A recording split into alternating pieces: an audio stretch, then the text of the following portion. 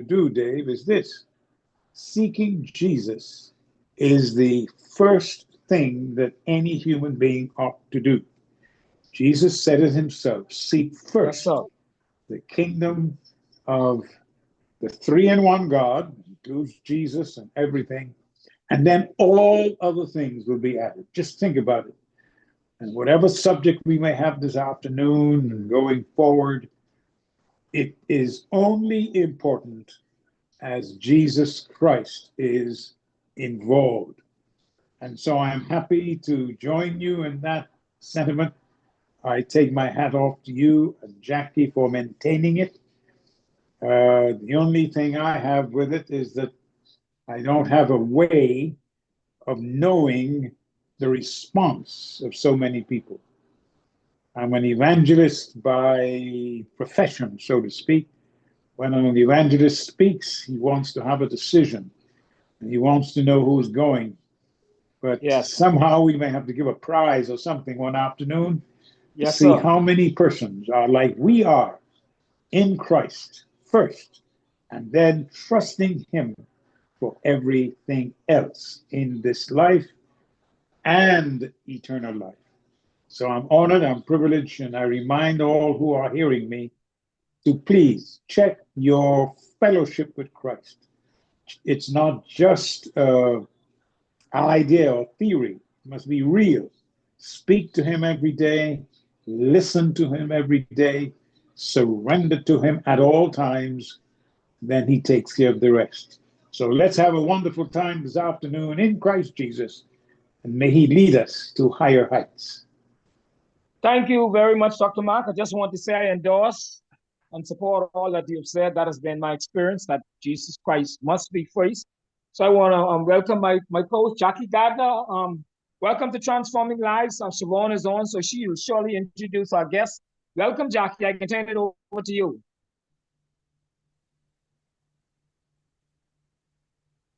Hello, happy Sunday. It's a beautiful Sunday. Always great to be here. I am going to ask you to call any and everyone. This is a topic that you do not want to miss. We have pertinent information that we must share, not just want to share, we must share. So we're asking you to call all your friends. We're shouting out to those on Facebook, those on cable TV channel 974, you that listen or watch via YouTube, if ever a show you need to listen to, this is it. This is one of those shows. We had Moment with the Word, and we know the Word is powerful, and that's what is needed most. And so we've presented that up front. I totally agree with Dr. McMillan. It will be so wonderful. I know that we get positive feedback, Dr. McMillan, with regards to Moments with the Word.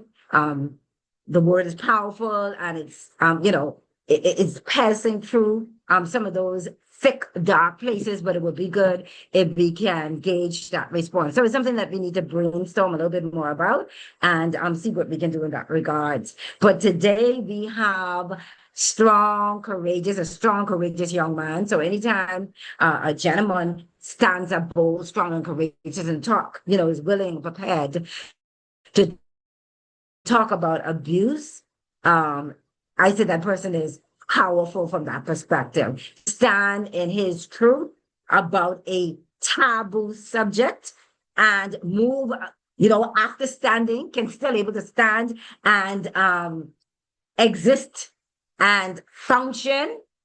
That's powerful. So great information. But before I tell you any information about him, I want to give you a chance to go and call your friends. We know from time to time, yes, we do hear a person saying, I'm listening. If I'm not on the live, I catch the rebroadcast of it. But we want as many of you in the Zoom room. I see some of my friends already start filing in. Thank you so much. If you have any family members, please invite them, because this is the summertime. Our children are home, and this will impact parents. The information we'll share today will impact parents. So please, parents, pastors and leaders, find yourself in the room today as we talk this important subject on abuse.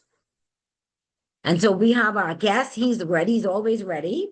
And he has the one and only, a very good friend of mine, a supporter of transforming lives. And I think I dare to say a supporter of people. Siobhan is not just a supporter of just one set of people, supporter of people, and a great advocate for children in the Bahamas and around the world. So I want to first turn it over to you, Siobhan. I know you're in the room. I want to welcome you once again to Transforming Lives and Following Direction. I want to give you the opportunity to introduce our special guest. Siobhan, over to you for a minute. Good afternoon. This came as a surprise. I was just hoping to tune in. Good afternoon, Bahamas and listening audience. So this gentleman is no stranger to this platform. He's a good friend of mine who I met through Debbie Ray Rivers some time back. He's an advocate, child advocate. He's a survivor. He's an author, and as well as he is a founder of an organization called the 12 Projects. So without further ado, I will introduce Mr. Kevin McNeil to the platform, who will speak about his new book, his journey, and then I will allow Ms. Gardner to ask her questions. Thank you. Thank you so very much. Sorry to get you by surprise. Well, good afternoon, good evening, everybody. I am Kevin. All right. It is such a pleasure to be Good to have you in the room, sir. I think you're muted. We can't hear you. Oh, you can't hear me? Can you hear me now? Oh, let me see. I can hear you, but very low. Yeah, very low. I'm very low? Oh, let me see here. Let me see what the Well, problem is. use the preacher voice anyhow. Use the preacher voice. Oh, can you hear me now? Yes, loud and Yes, clear. that's better. Okay. All right. Just I'm a little sorry. bit. I guess Okay, my let me turn my microphone- volume up. My microphone probably is not working properly. Can everybody hear me? Yes, we can hear you much better. Okay, great. Well, thank So you everybody for I'm trying, go ahead. I'm trying to turn my volume up. Okay, thank you everybody for having me. I'm Kevin McNeil. It is a pleasure to be here with everyone. Thank you for sharing your time in your community with me. I'm Kevin McNeil, as Siobhan said, my good friend. I am an advocate, an author, and survivor of abuse. For those who don't know my story, I can share that story if David and Jacqueline will love me too.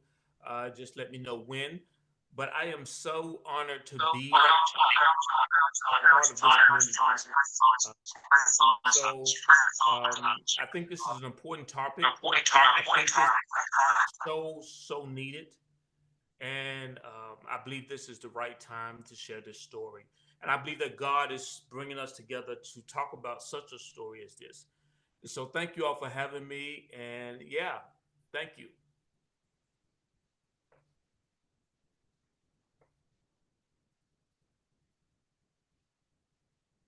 I think we froze.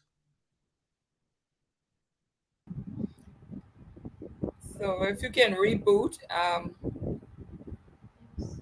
Hold on a second. I'm going to try to reboot.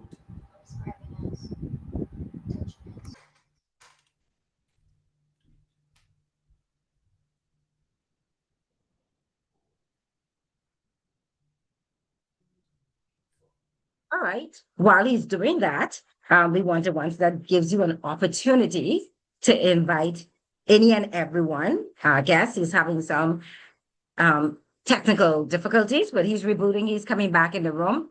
He's not left because this topic is too important to leave. We want to have a real discussion, so we're going to give him an opportunity. But while we're doing that, we once again want to invite you to invite all your friends to come in the room, and let's have a conversation.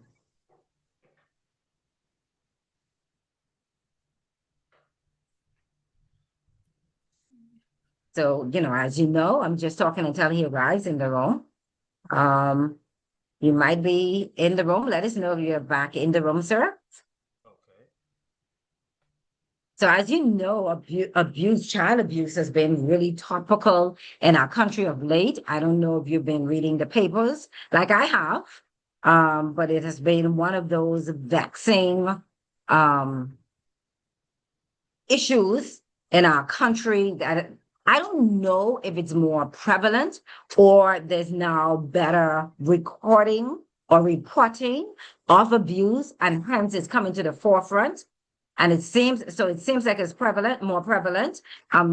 We can talk about that worldwide from our guest to find out whether he feels like it's just better reporting, and so we know more information, or whether the issue is becoming, a more prevalent issue. We can find out. But I just know of late, just in our little country, Nassau, Bahamas, you see various men. I mean, gruesome cases. That's the only way I can describe it. A person's the experience as a result of adults, at the hands of adults, children being abused by adults, molestation. It's just sickening. And so we want to have we thought today is a good day, a beautiful Sunday to talk about this. So I think my guest is now coming back in the room. Let me see if we're able to hear him. Can you all hear me now? Hello, I can hear you better. Let me see if I can change this microphone. You're still low, but Hold on, let me see something here. Dave, are you able to hear him better on your end? I'm trying to see what is. I I'm heard just it hearing him. low. I hear it Okay. now. I heard He it is low. low then. He's on Can both ends. Can you hear me? I don't know why the microphone isn't working. Hold on a second. Let me see. Are you able to listen to us? Pick it up maybe on your cell phone as opposed to your laptop. Well, Maybe. let me try something right quick. I'm gonna try Right, something. that's Might get out dizzy there. here. Can you hear me now? Yes, that's better. Okay. That is better. Let me try something right quick here. I just may have to bring that. All right, so camera we're giving closer. you an opportunity to draw near. You don't want to miss this. Draw near. No.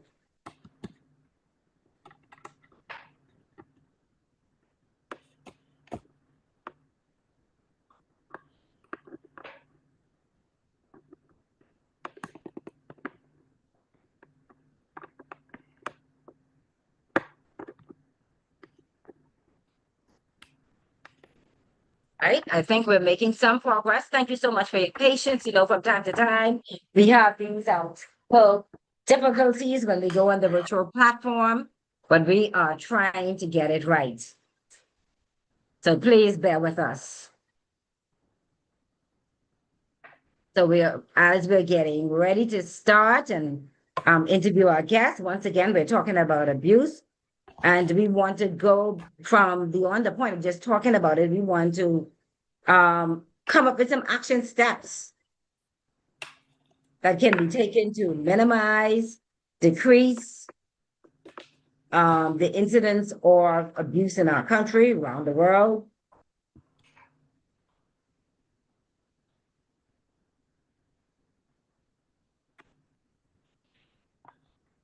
So can you hear me now?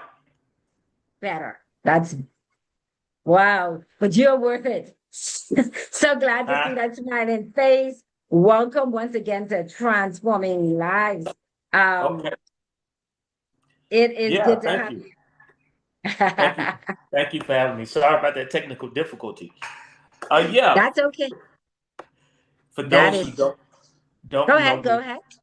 My name is Kevin McNeil. Yeah, I am a survivor of abuse. A young person who was at the age of 12.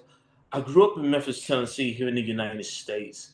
I grew up in a very abusive home. At the time, I didn't know it was abuse. It was very normative for me to watch my stepfather, who was 6'5", 6'6", physically abuse my mother, who was approximately 4'8", 5 foot tall.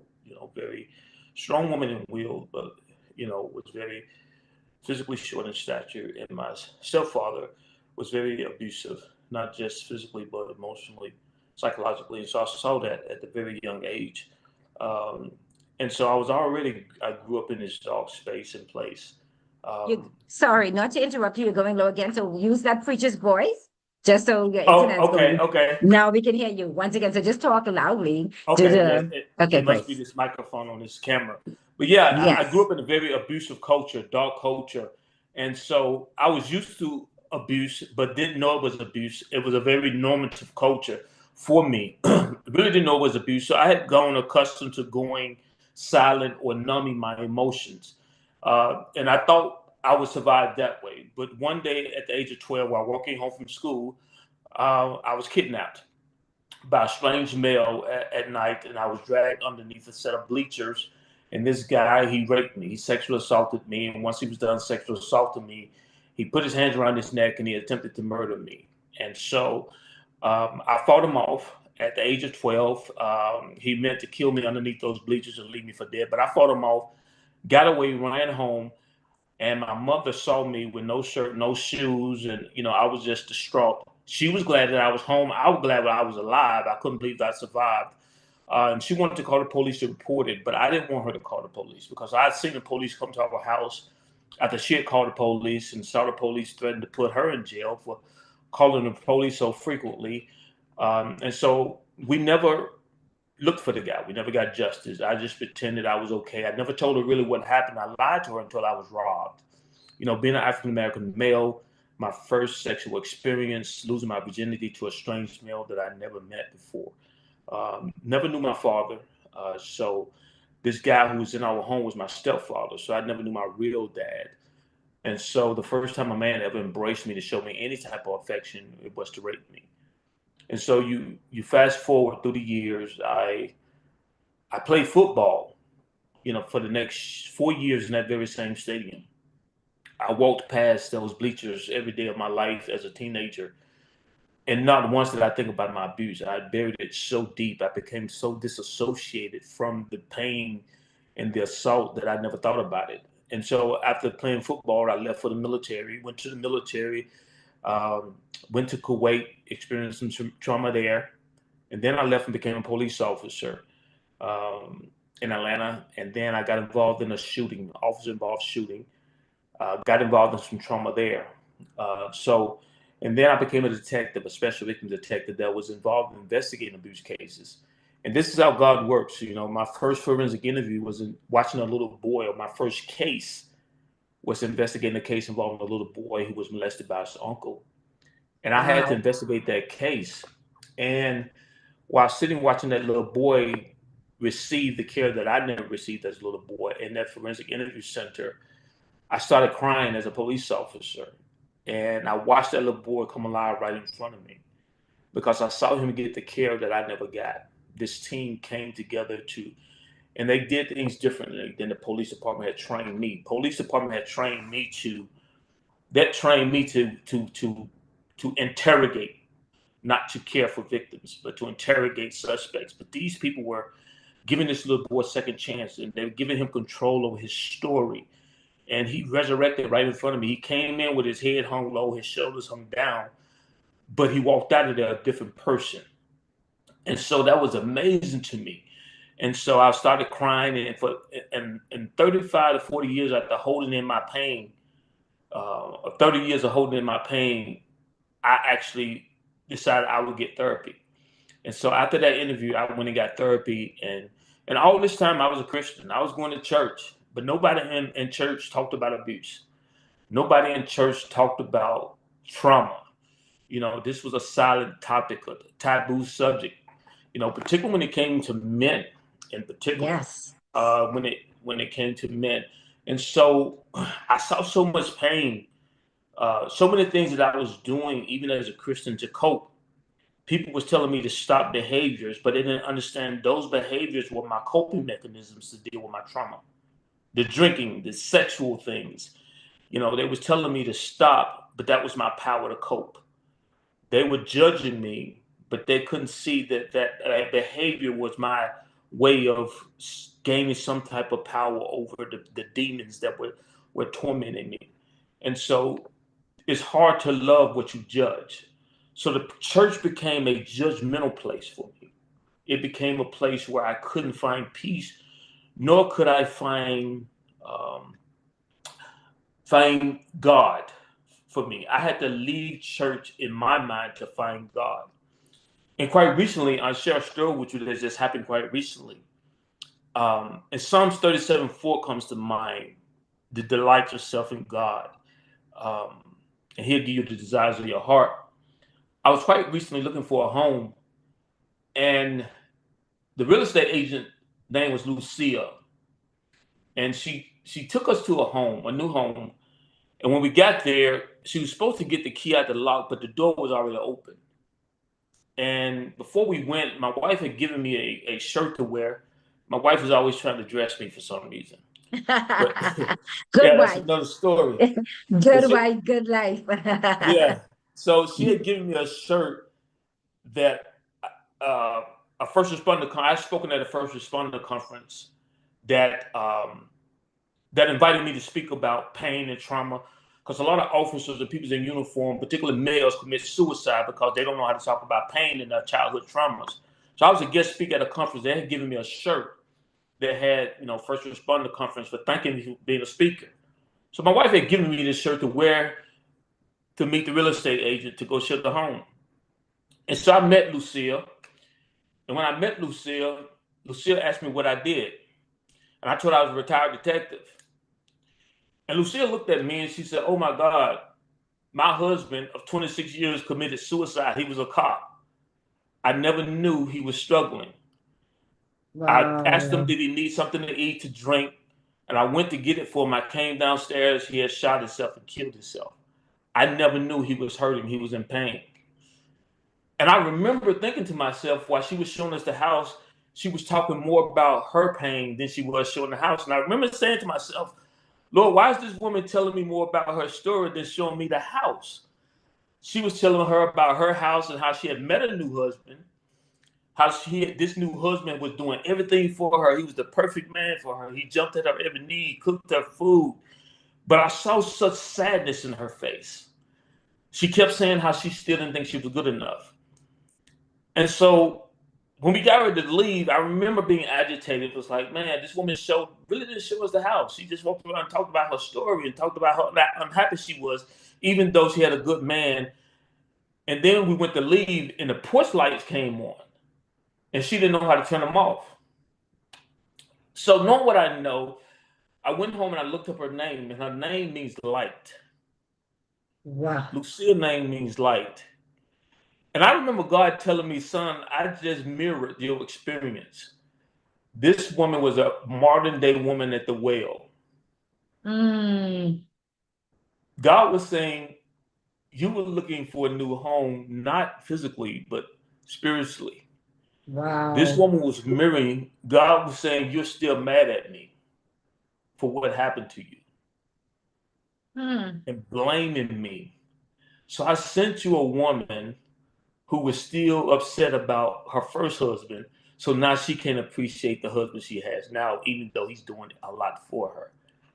And I'm sitting here thinking like, wow. So that's why I sent you a light to illuminate that you're not looking for a new home physically. You're looking for a new home in me. So delight yourself in me and you'll feel at home in your own body. And then I woke up this morning and I saw on the news that a 12-year-old little girl was wandering from home and knocked on this guy's door and said that she was lost and needed her way. She couldn't find her way home. And that was like God putting a rubber stamp on the message. And so it was like, And that's wow. it all to this home, this place of being at home, and God being at peace, being at rest. But that's why within men yourself. are. But that's where we are. A lot of people are mad at God. A lot of trauma victims, particularly trauma victims, people who've been abused as children, they have been, I find when I speak to victims of abuse around the country and the world, people are mad at God. And when you're mad, there's two things that stop you from hearing more than anything that I've come to discover, particularly in my life and the life of survivors that I've spoken to: desire and disappointment. When you want something bad enough, you stop listening. You start looking for what you want. You stop listening for what you need. And disappointment. When you're disappointed, you lose hope. And that's what a lot of people are. Particularly survivors. A lot of survivors are disappointed. They feel like God owes them something.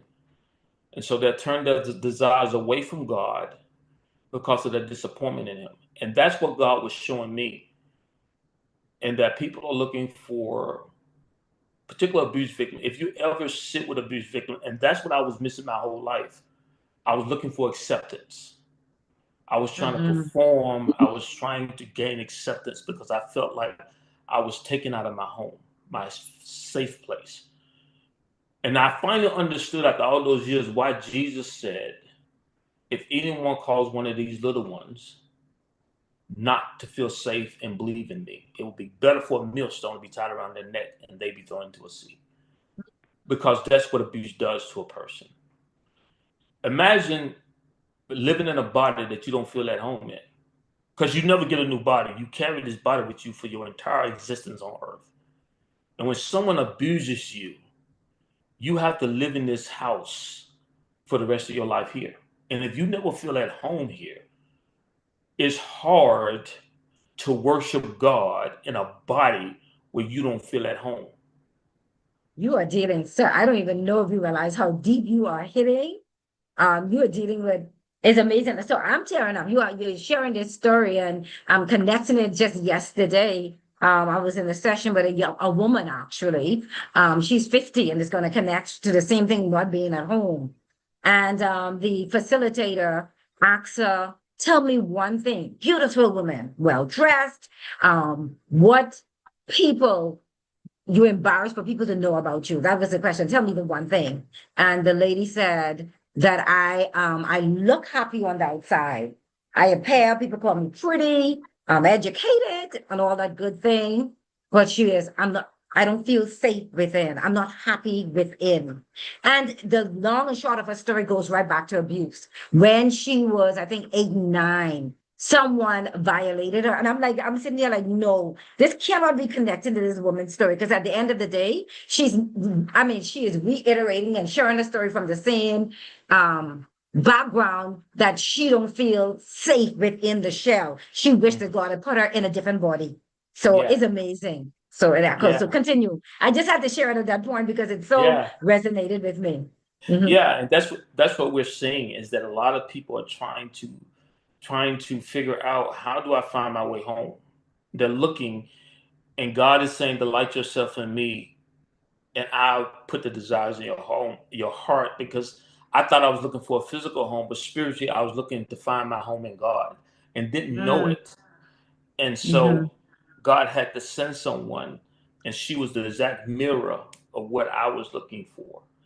And so a lot of times you can be doing work and thinking that you're doing justice, and you can actually be trying to fix something that only God can fix. And sometimes God has to put a mirror in front of you. And if you can't listen, you'll miss it. And so when all these things were happening in front of me, this woman was talking about her pain, but my desire was blocking what God was saying. My desire to look at the house was blocking what God was saying through her. And so it was just amazing for God to sit me down during my prayer time and walk me through what had happened. Like this, you encountered a modern day woman at the well who had remarried, who thought she was happy, but then I sent her you. Your wife gave you a shirt. She would have never asked you to question what you did for a living. She wouldn't have saw the shirt. And how ironic, her name means light. And when y'all left, the light came on and she couldn't turn the light off. And she said something. She said that her husband built her a barnuminium. And she explained what a barnuminium was. She said, I like open spaces because darkness makes me anxious. And she didn't even know her name meant light. So when I exposed her that her name meant light and why dark spaces made her anxious, she was shocked. And so she told me she came from Romania, and Romania is a very dark place, and she couldn't wait to leave. That's why she came to the States.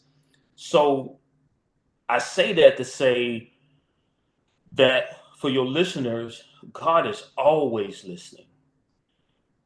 The issue is, don't let your pain block God's voice. Don't let your pain, repeat that, don't let your pain block God's voice. God is always reaching out. His love never stops, but our desires and our disappointments can block God's voice. And I know from experience, it did it for me for 30 something years. And the enemy shows up with these cheap alternatives, just like he did with Adam and Eve. Here, take this. This will make you powerful. This will make you feel better. The world will offer you cheap alternatives to make you feel better, but it will never heal you. Never. And so, as a survivor, I had to learn to sit still, to sit. And that's why in my first book, in the series that I'm writing a series of books. The first was called Sitting with Your Pain, Sitting with Your Trauma. And the subtitle is Discovering God in Our Pain. Because oftentimes we want to move away from it. That's what the world tells us to do. We got to always Run be as doing far as you can from pain. Yes, if you run, as a matter of fact, we think we can outrun it and Yeah. get ahead of it. Yeah, leave it behind. But this is why But if you God says, don't be deal with it, still. God yep, says, be it, still you're and know. right. Yep, Because in that being still comes the intimacy, the knowing that He's God. It's the only way you can know is that being still. But the world tells us that we have to move, we have to do something, we have to make something happen, we have to build something. That's why the children of Israel built the golden calf, because they couldn't hear God. Moses was gone. They couldn't see anything. So that's what happens with survivors. We feel like we are owed something. We feel like we have to do something. And so you see a lot of survivors use their bodies as a tool of gaining affection and approval. So, but what happens is the society judges them, says, oh, they're promiscuous, yep, or they're dressed in a certain way to get attention. Well, their body is their only form of communication of how they know their value. So instead of being loved through their pain, they're being judged because of it. And so now, instead of working through their pain and becoming someone who can heal from their pain, they use their pain as a control mechanism to say, okay, since I'm going to be judged anyway, I might as well use it to my advantage. So they take their pain and they convert it into power. So I'm going to use my body to dance. I'm going to use my body to control. I'm going to use my body to make money. I'm going to use my body to intoxicate it, to make it more susceptible to my desires. So that's what happens with survivors. And this is what the church has to understand. yes, That we cannot judge people in pain. We have to learn to have compassion like God does. mm-hmm. God loves through the pain. Yes, and he says, he says, and I think, and this is totally online with what you're saying. He meets you where you are. That and we are Yes. different. And you've ever seen the life race anyway, where they have persons at a starting line and they're actually take one foot forward. And I always say to persons who have been, whether it's divorce, whatever life experience you might have had, unless you've been through that experience, and everybody's experience is different. But you don't know where that person is starting at the line. So you do not qualify to judge anyone. And we got to be so careful. And you are so, sir, you are so right in terms of the church and even some in the world, the church, but that judgment often causes persons to take now that pain and use it now in a destructive. It really stands in the way of healing. Yeah. Judgment does not. You can point out an issue, but you could do that in love. That's the way God does. He points out in love. Yeah. And that caused me to even reread the Bible differently. That God is not punishing Israel in the Bible. He's loving them. For the Bible said who God loves, he disciplines, right? He disciplines. So this is not a judgment. He's bringing them back home. Absolutely. And so I tell people we're still living in a garden we just left home, and God's trying to bring us back home. Earth is still the Garden of Eden. We just left home, which means we just left the relationship. Yes. And God never wanted us to remain in the garden without feeling at home. And so the goal is to bring us back home and to bring us back into relationship. And that was the reason for his son. All right. So is that with your book? Because we're on limited time, and I want to make sure I get that book in. So I mean, and that's I mean, I love the narrative that you had. I allowed you to describe, give some background, because background is always powerful. It tells us where you were and now where you are now and where you're going to go in the forward. So I think you have a book as a result of that journey that you've been on. You now have a book. So tell us a little bit about your book. Yeah, the series called The Traumatic God. It's a series. The first book is Sitting with Our Trauma, which is this one. The next book is Forgiving Our Trauma. How to heal our mad world. How to heal our mad world. And how to let go of the pain once you realize that's what I have hold on to. I'm holding on to something that I need to let go of. Do I need to forgive God? Some of us are mad and holding on to pain when it comes to God. How do you worship what you're mad at? And the last one is rise above your trauma. And so it's a step that I learned in my process of growth. First, I had to sit in my pain. Then I had to let it go. And only then I was able to rise above it and meet God where God wanted me to meet him. And so those 3 books are a series of books that I wrote, currently writing. Forgiving and Rise is coming later this year, but Sitting is already available on Amazon and Barnes & Noble. But I wanted people to understand that this is a journey, that God has never left you. He was always with you. We live in a bad world, a fallen world. Things happen.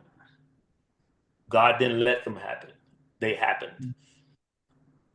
God was always there, still is, and is calling you back home. But being angry is normal.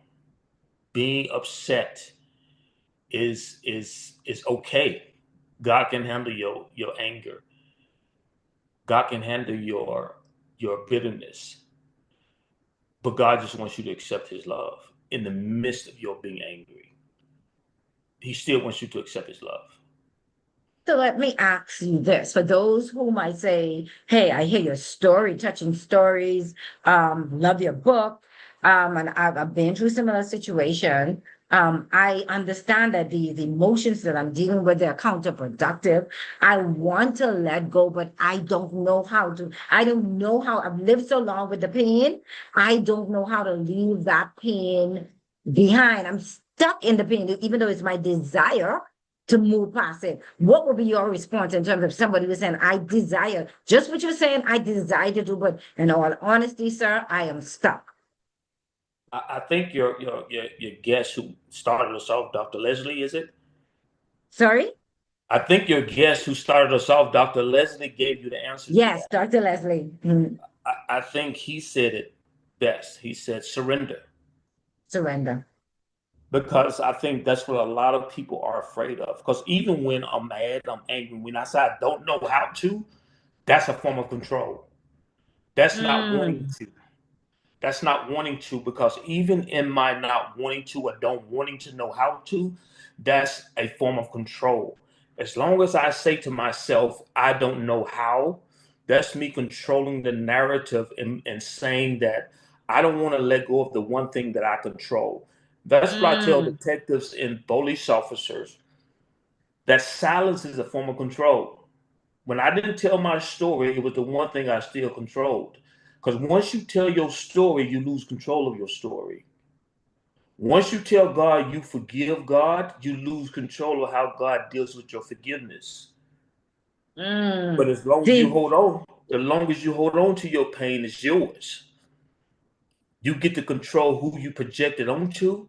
You get to control who you are mad at, when you get angry, how you get angry, and how you use your anger to make yourself feel better about your anger. So when I pick up an alcoholic bottle, that's control. I'm angry. I feel sad. I'm going to drink. I'm going to smoke. I'm going to have sex. That's me controlling my pain, my anger.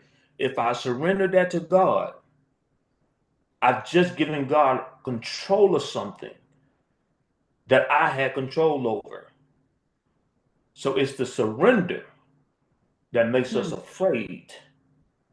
And so by us holding on to it, we're telling God, I know you love me, but if I give you this, it means I have to trust you. And that scares me more than the pain itself.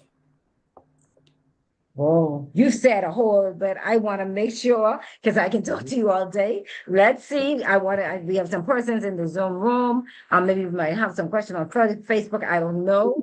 And our time is winding down. I don't know. Every time you come on this radio, I mean, it's a quick 1 hour. I don't know. Yeah. We probably need to have like 2 weeks, like 2 sessions.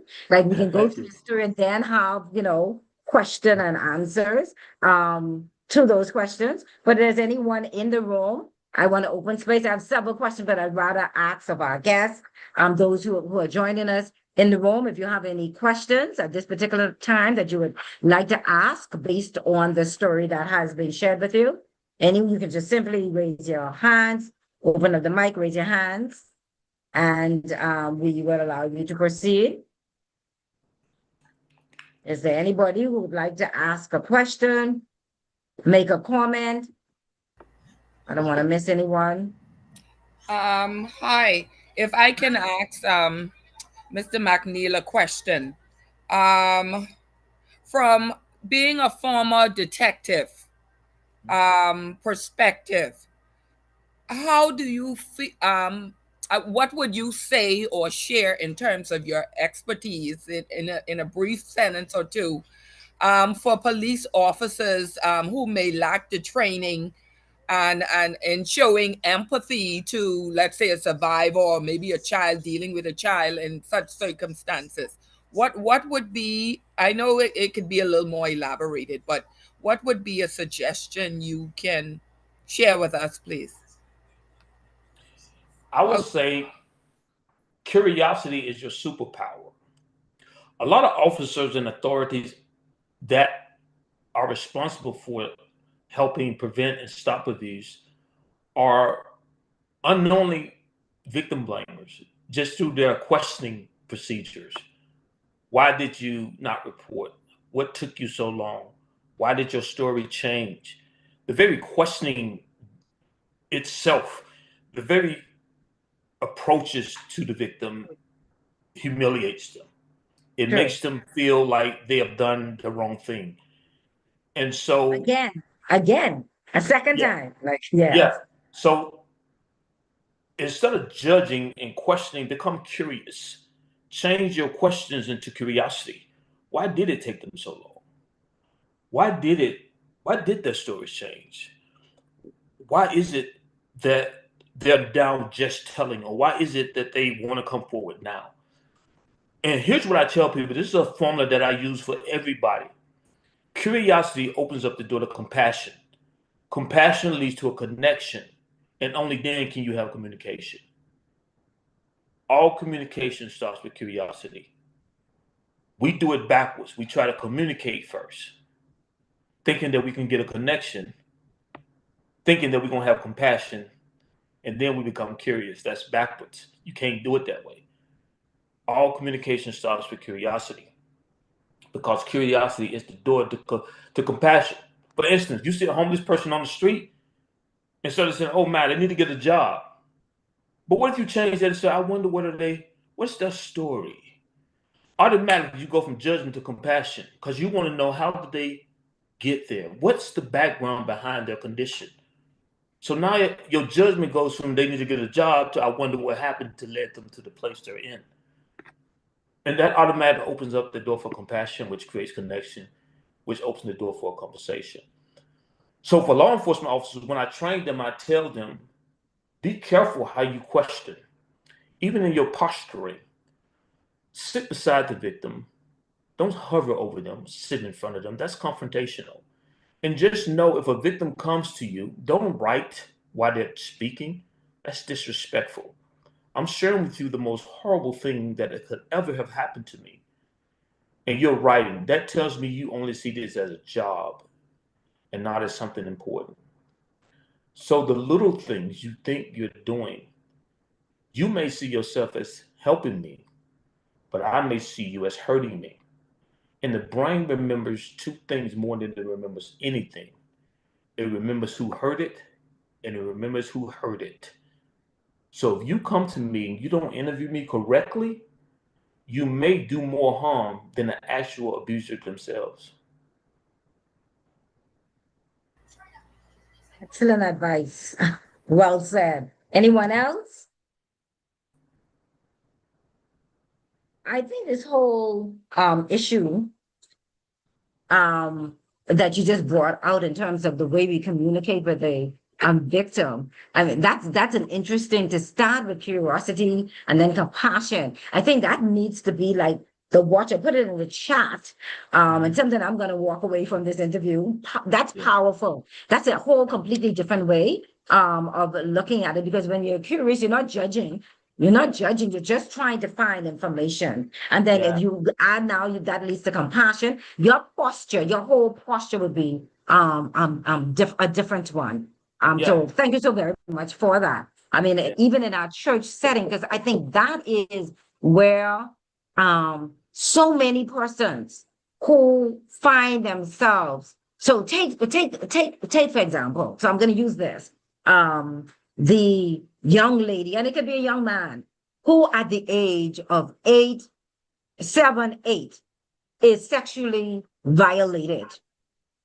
And they lose that person, he or she loses innocence at that particular time. They go inside of the church, a place with love, and the pastor is at the podium preaching about, without any kind of recognition, to the fact that within that audience is a whole cross section of persons. And if they say, if you're a young person now, they're now 12, 13, and they're talking about it, you should be this, you should be a virgin. And if you're not this, the most, recognize and celebrate the virgin, but also understand that there are persons that within that audience that still have value. And it was taken away. Their innocence was taken away from them. You understand? So I love the fact that you brought it all back to hope, because a person without hope will 9 times out of 10, if not just even physically self-destruct, internally self-destruct. And I don't think people get it. You got a lot of persons that are walking around, they're simply in shells. They've lost hope and they've self-destruct internally. And so they don't even care. They'll be like, that person or this particular, they don't care. There's no care because they've lost hope. And a lot of times that hope is as a result of they wanted to be seen, they wanted to be heard, and we just didn't know how to give them that which they needed. Yes, because it's hard to judge what you love, even yourself. That's why God waits until the end of time to judge. Because as long as we're living, God's going to love us. God withholds judgment until the end of time, because as long as we're living, he loves us to welcome us back. Right. And he has hope inside of us. As long as we're living, that's available for us to tap in. Yes. So, yeah. So God he offers always loves us back into relationship. And so judgment is always withheld to the last minute, right? Love is always the preference and the tool that God uses to bring us back home. Because it's hard to love what you judge. The moment you judge something, you stop listening, you stop loving it, even yourself. Once you judge yourself, you can't love yourself. It's just impossible. And so it's something that I tell people all the time that I know for a fact, because I've done it for years. You start looking for something outside of yourself, and you start expecting other people to give you only what God can. And so you make other people idols. So you start creating these gods, whether it be money, whether it be work, whether it be people. And you set up golden calves in your life, and God no longer becomes the main person or God that can give you the only home that you can rest in peace. And so I think a lot of times we don't know that as a society, because we live in a culture where we want to punish the individual, but not the culture that created the actual abusive nature. And so oftentimes people say, oh, you do human trafficking. Are you the guy that does human trafficking? I ask them which one, the legal or the illegal one. Because society itself traffics humans. Yes. That's a whole nother subject, you know. That's a whole other subject. Yeah. And we need to probably do a show on that because you have some Yeah. experience with that. That's another big one. That's another Yeah. actually. We just I think it was I watched, I don't know if it was on television where they just recently found, I'm thinking it's locally in our country, you know, some Yeah. kids that they're saying. I'm not sure where it's in our country. I know I read it in the newspaper about 50 children that they freed Yeah. as a result of trafficking. I'm not sure whether it might have been in the Yeah, Caribbean. I just but wrote the person, I wrote a book called Caring for a Change, why talking about abuse is not enough. That talks a lot about the political stuff about trafficking. could you raise your book up again and the Yes. name? Give us that name again, please. It's Caring for a Caring for a Change, Change. why talking about abuse is not enough. Okay. Yeah. All right, and that is so- also available on Amazon. Yes, it's available on Amazon and Barnes and Noble. That talks about society as a whole, how institutions, including the church, government, law enforcement, are partakers of or complicit in the whole trafficking thing. So, like I said, I get a lot into that and how the prophets in the Bible really address that. So yeah, it's dealing with it not just from an individual level, how society points us toward the individual actors when it's society itself that enables traffickers to operate on a much larger scale and level. And so, particularly when it comes to children, how these organizations are after our children, and how if we're not careful as a church, if we don't protect our children, these organizations and society are sacrificing our children to the highest bidder and creating generations, right? That's using their bodies and their God-given talents for money-making purposes. So that's the very definition of what trafficking is. So it's addressing it both from individual and corporate standpoint, so that we know God just doesn't deal with individuals. God deals with systems and corporations, and deals with, you know, as Paul tells us, principalities in high places. So yeah, that's what my work involves, is dealing with, you know, how do we have these conversations early and often? How do we have them in communities? How do we have them starting from the periphery? And because we know these conversations won't be had at the top. In fact, these conversations are prevented and don't want to be discussed at the top. So we have to have them on the periphery. Okay, Mr. McNeil, I just got to interrupt you to sign off of the radio, and you can continue afterwards. But we just be off our radio and television station. You can continue on the Facebook, the Zoom, and the YouTube. Just want to thank you. Yes, you're not a stranger. You've been on the show before. Thank you, Siobhan. Thank you, my co-host Jackie Gardner. You're listening to the Transforming Lives on Global 99.5. My guest, Detective Kevin McNeil, sharing his story as a child of being abused. Normally, we hear about abuse in the case of females, but he's a male who's sharing his story and his experience. He has books, and we can perhaps put it in the chat. There are persons obviously who will go and watch it later, whether it's Facebook or YouTube, so they know how to get access to the book. But you've been listening to Transforming Lives on Global 99.5, Cable TV 974. We're also on Facebook, we're on Zoom, and we're on YouTube. Thank you for tuning in on this wonderful Sunday. And we close the program by reminding you that there's one thing that is most important above everything else, and that is John 17:3, that says that eternal life is found in Jesus Christ and Christ alone. Dave Williams, Jackie Gardner, Global 99.5, every Sunday, 4 to 5, Transforming Lives. Have a wonderful afternoon. Okay, Mr. McNeil, you can continue. Yes, we'll be off the radio. Go ahead. Oh, that's okay. Yeah. I was just talking about the corporate responsibility of dealing with abuse, and not just on the individual level. So that's what my work involves, making sure And I know God pulled me off certain stages so that I could do that. Wow, great work. Definitely that is something, trafficking, we want to definitely have you back to just discuss that. I think we need to bring that one to the forefront.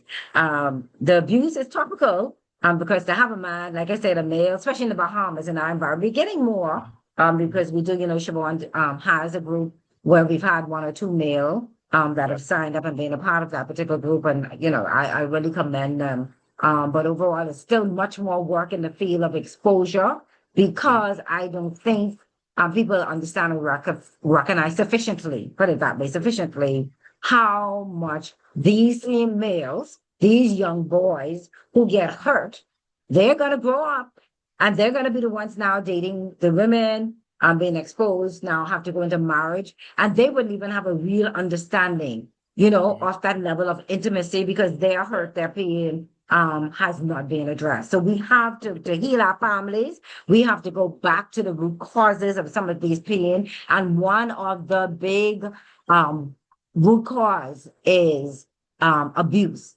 And it is prevalent. And I think it's something that is really, it has a major impact on our marriages. But because we don't get to the root, often we don't get to the root. So we call it all kind of different things, unequally yoked. He wasn't ready and all that. But in the truth and fact, you have men and women coming to hurting men and hurting women, coming to relationship, haven't healed themselves. And then you just have two hurting persons coming together. And that's a recipe for disaster. Well, if you stop the intimacy, you got to look at how Pharaoh did it. Pharaoh said, kill the boys. If you kill the boys, the women shut down because now the women have no one to open up to. And the women have no one to open up to, they shut down to the children. So now the children learn, I have nowhere to run to get intimacy. So you cut off the alignment. Once you cut off the alignment, we grow up with people who learn how to be together, but don't learn how to connect together. So what you end up having people who can see each other, but they can't hear each other. So now what happens, you have people existing and not living. So that's why the man wants to be destroyed. That's why the enemy wants to destroy the man. How do you do it? By getting the man to close himself off. Because Pharaoh was a master at it. He knew what to do. Kill the boys. If you kill the boys, the women have no safety. They have no intimate partner. So now they become the ones who harden themselves. And they're the raisers and nurturers of children. So now who does the child run to for compassion? Who does the child run to?